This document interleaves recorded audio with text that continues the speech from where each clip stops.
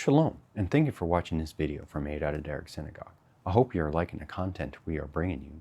If you could like and subscribe to our YouTube channel, that will greatly help us. And to further help bring great content to you from our teachers, if you could please consider to donate to HaDerekh Synagogue. The link is in the description box below. Thank you for watching. So, the kingdom of heaven. So, I'm going to read to you a truncated version of Mattisyahu 25:14-30. Kingdom of heaven will be like a man about to leave home for a while, who entrusted his possessions to his servants. To one he gave 5 talents, not talents, but bars of gold. By the way, 5 talents of gold is about 100 years worth of salary. Kind of put that into perspective. Okay, to one he gave 5 talents, to another he gave 2, and to another 1 talent, to each according to his ability. Then he left.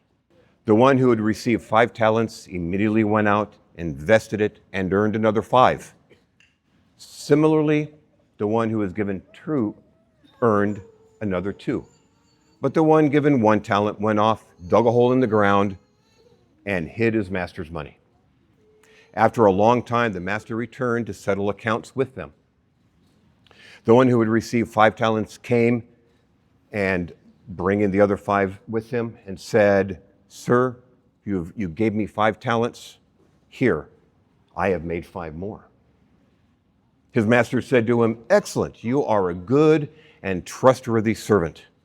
You have been faithful with a small amount, so now I will put you in charge of a large amount. Come and join in your master's happiness." Imagine that. 100 years of salary is a small amount. Also, the one who had received 2 came forward and said, "Sir, you gave me 2 talents, and here I have made 2 more." And his master said to him, "Excellent, you are a good and trustworthy servant. You have been faithful with a small amount, so I will put you in charge of a large amount.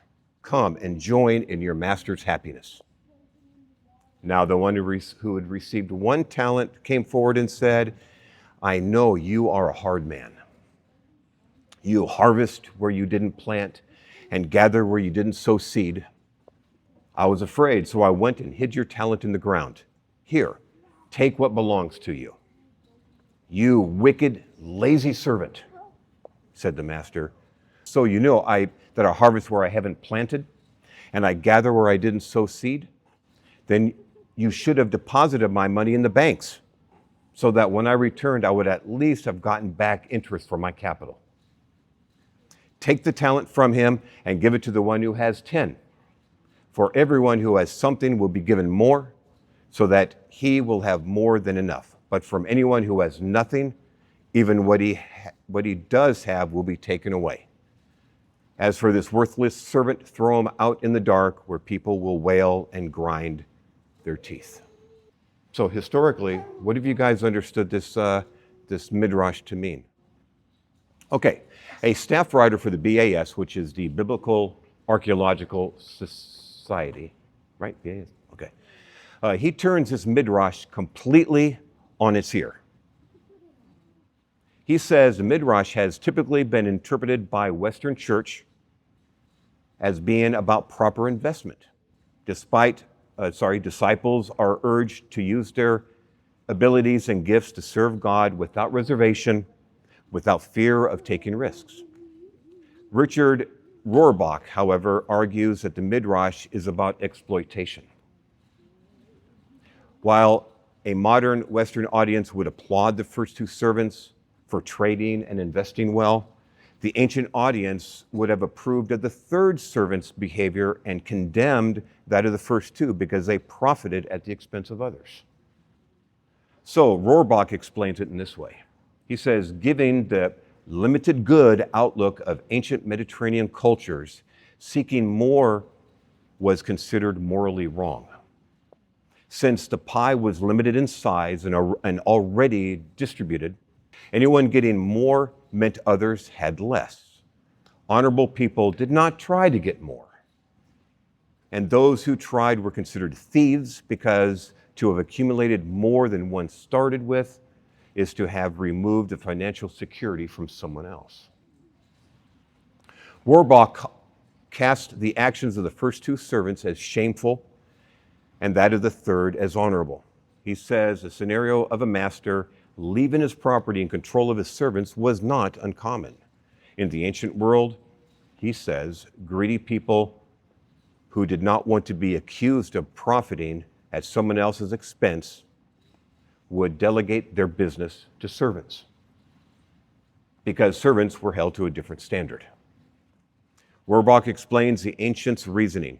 Shameful, even greedy behavior could be condoned in servants because servants had neither honor nor any expectation of it.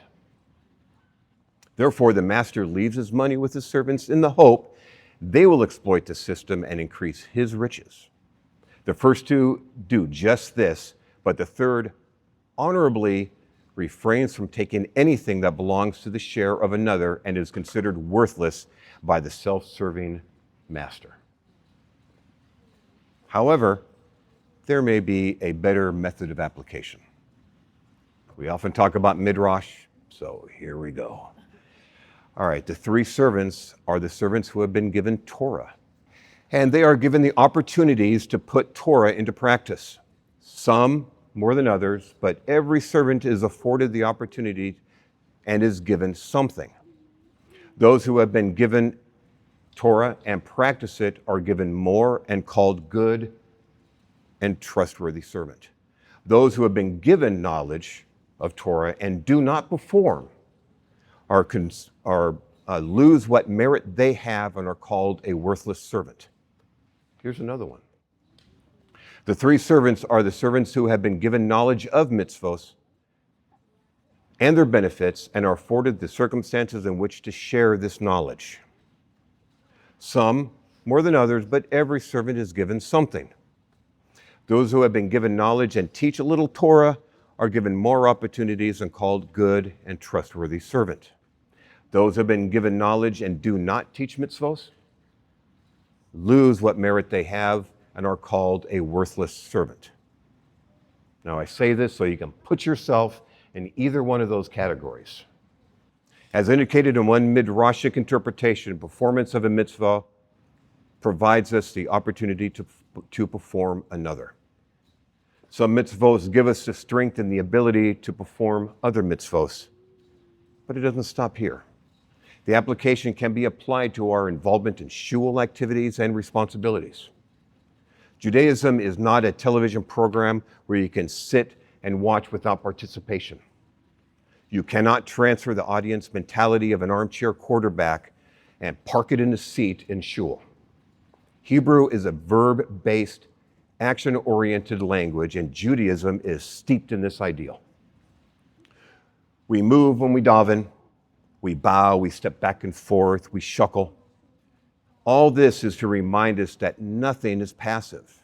Passivity is dead and without life, and a body that is dead conveys tumus mace, which is uncleanness of a dead body.